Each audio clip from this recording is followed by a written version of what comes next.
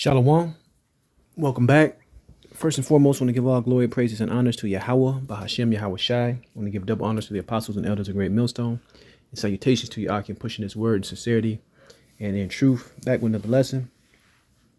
And today, I'm just going to be dealing with a question that someone asked me about the Passover and a couple verses that this person didn't understand because it looked like it was basically the Bible was being contradicting itself, which it's not, right? And I want to go into understanding.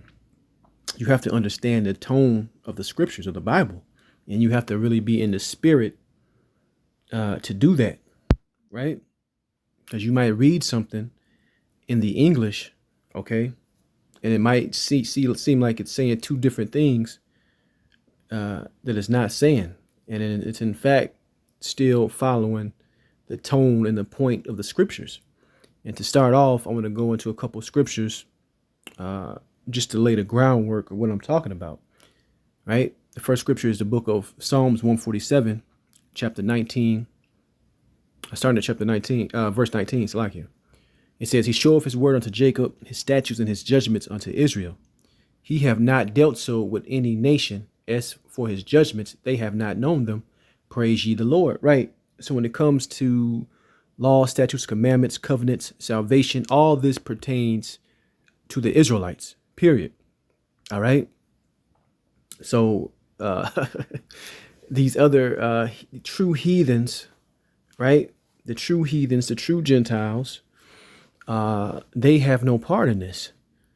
They weren't called. They wasn't called, right? They wasn't given the law. They wasn't given the commandments, and they also wasn't given the punishments, right? The curses of breaking them. That was only given to the Israelites. So when I get to the point in Exodus, the 12th chapter, you'll see what I mean. The second scripture I'm gonna get is Amos 3:1.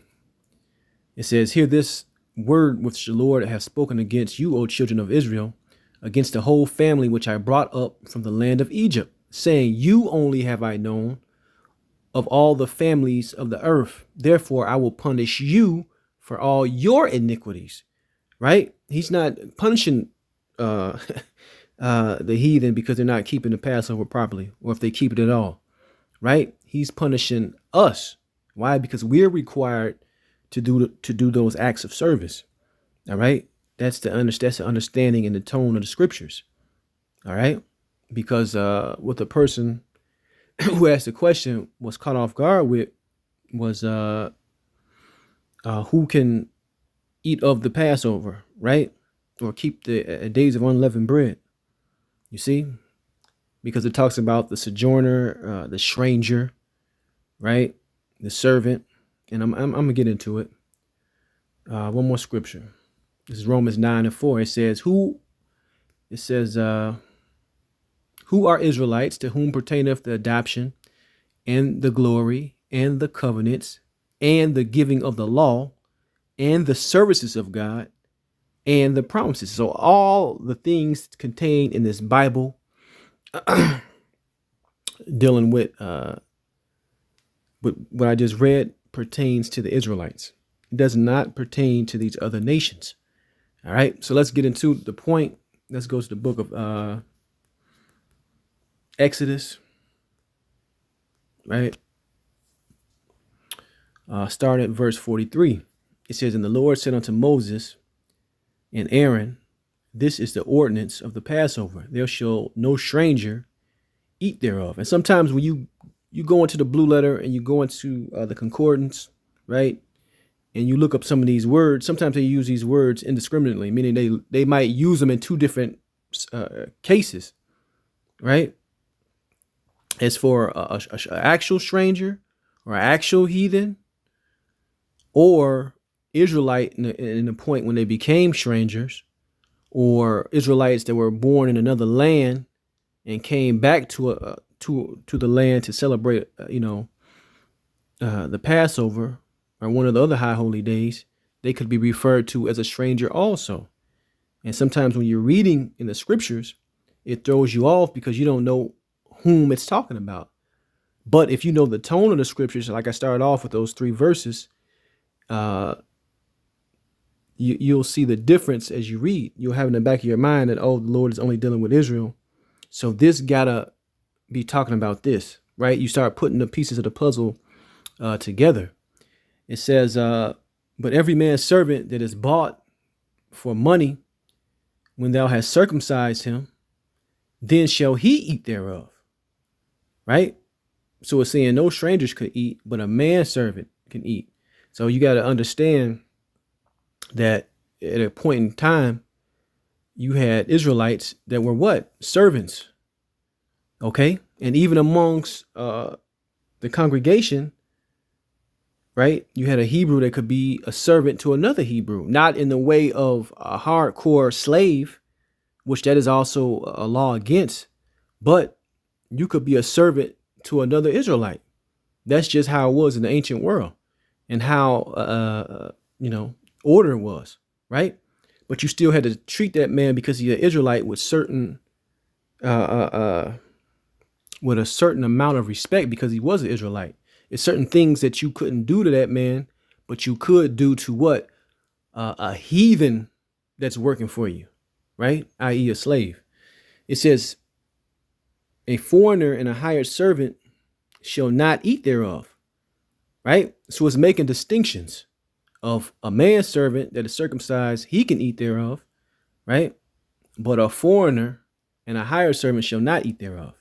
It says, in one house shall it be eaten. Thou shalt not carry forth out of the flesh abroad, out of the house, neither shall you break a bone thereof. All the congregation of Israel shall keep it. When the stranger shall sojourn with thee, and will keep the Passover of the Lord, let all his males be circumcised, and then let him come near to keep it. And he shall be as one that is born in the land, right? For no uncircumcised person shall eat thereof, right? So if you was born outside of the land, right, and you come into the land where the Israelites dwell, right, and you are of heritage of stock, an Israelite, but you were just born in another plant, another part or another country, part of the earth, guess what? You become circumcised, and guess what? You can keep it because you're still an Israelite. The key verse was 45. A foreigner and a hired servant shall not eat thereof, regardless of what he does, meaning he can't keep it, right? Verse 49, one law shall be to him that is homeborn, right? And one unto the stranger that sojourneth among you, right? So when you get to 49, it's talking about the homeborn Israelites and also the Israelite strangers that wasn't born in the land. But when you're reading this and you don't have the tone of the Bible, you'll get confused thinking that, well, can they eat it or cannot eat it? No, this is talking about 2 distinct, separate types of people. One Israelites and one actual heathen that can't eat it, right? Let's go into another scripture to prove that. Let's get Deuteronomy, the 15th chapter, right? Let's start at 1. At the end of every 7 years, thou shalt make a release. And that's going into that Jubilee, all right? And this is the manner of the release. Every creditor that lendeth out unto his neighbor shall release it, all right? If he shall not exact it of his neighbor or of his brother, because it is called the Lord's release. Of a foreigner thou may exact it again, but that which is of thine brother, thine hand shall release it. Meaning you have to release that debt. And this is, I'm gonna get it in another version and make it even clearer. This is a New Living Translation, that same verse, Deuteronomy 15:3.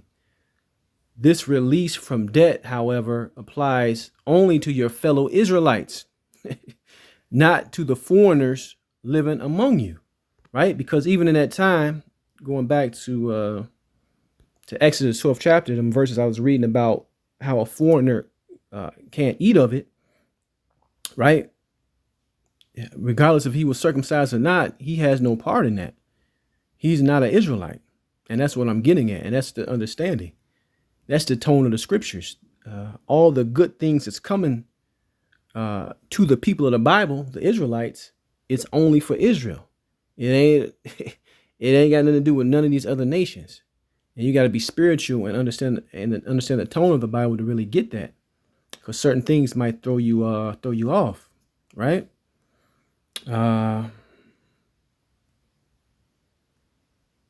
Let's see where I was at.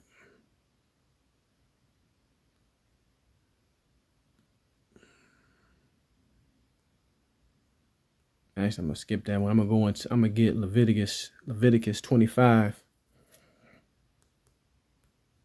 I'm gonna start at 30. Leviticus chapter 25. I'm starting at verse 35. It says, "And if thy brother be waxing poor and fallen in decay with thee, thou shalt relieve him, yea, though he be a stranger or a sojourner, that he may live with thee." Right? "Take thou no usury of him, or increase, but fear thy the Most High, that thy brother may live with thee." Because we can't even exact usury from another Israelite. That's a law. But you can do it to what? The heathen. You see what I'm saying? So when you read that thing in Exodus about a servant, this type of servant eating, but that foreigner not eating, don't get it twisted. It's talking about an actual heathen non-Israelite by blood versus a stranger or sojourner that's not from that typical particular part of land. All right, that landmass. It says, "Thou shalt not give him money upon usury, nor lend him thy victuals for increase. I am the Lord your power, which brought you forth out of the land of Egypt, to give you the land of Canaan, and to be your power. And if thy brother that dwelleth by thee be waxen poor, and be sold unto thee," right? That's a point I brought out earlier. "Thou shalt not compel him to serve as a bond servant." So a servant and a bond servant is two different things, right? "But as a hired servant and as a sojourner, he shall be with thee and shall serve thee unto the year of Jubilee." All right.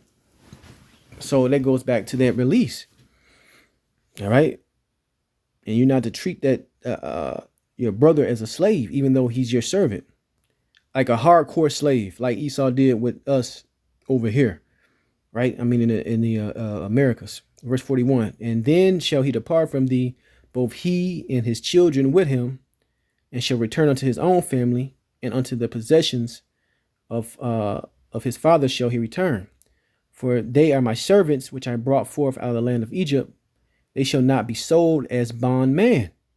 Right? "They shall not rule over him with rigor, but shall fear thy power." Right? So we not, in that time, and when this law was written, we wasn't enslaving our brothers like we were enslaved over here. Hardcore chattel slavery. All right. When you read that word servant, it's a difference than a bondman. It says, both thy bondman and bondmaids which thou shalt have shall be of the heathen that are round about you. Right? So it's always making distinctions. And that's what you must do to get the tone of the Bible, man.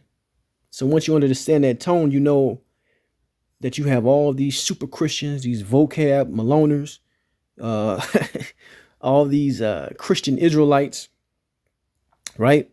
Trying to bring everybody into this, these covenants, right? And this word and these promises, but they can't simply fit. That's where there's two distinctions always made between the actual heathen and the strangers in the New Testament, the Gentiles in the New Testaments, which were nothing more than Israelites dwelling in another part of the world, brought up under another culture and brought up under another language.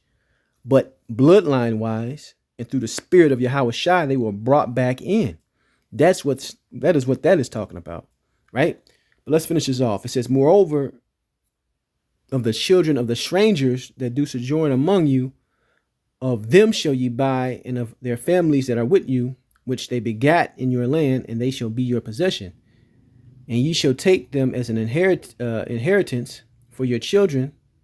And this is dealing with of the heathen round about. You see that? And you shall take them as an inheritance for your children after you, and inherit them for a possession. They shall be your bondman forever. And this couldn't happen because you have the year of release, the Jubilee, that is in law for the Israelites. So you can understand. He says, they shall be your bondman forever, but over your brethren, the children of Israel, ye shall now rule one over another with rigor. And that's pretty much the point. All right. That's pretty much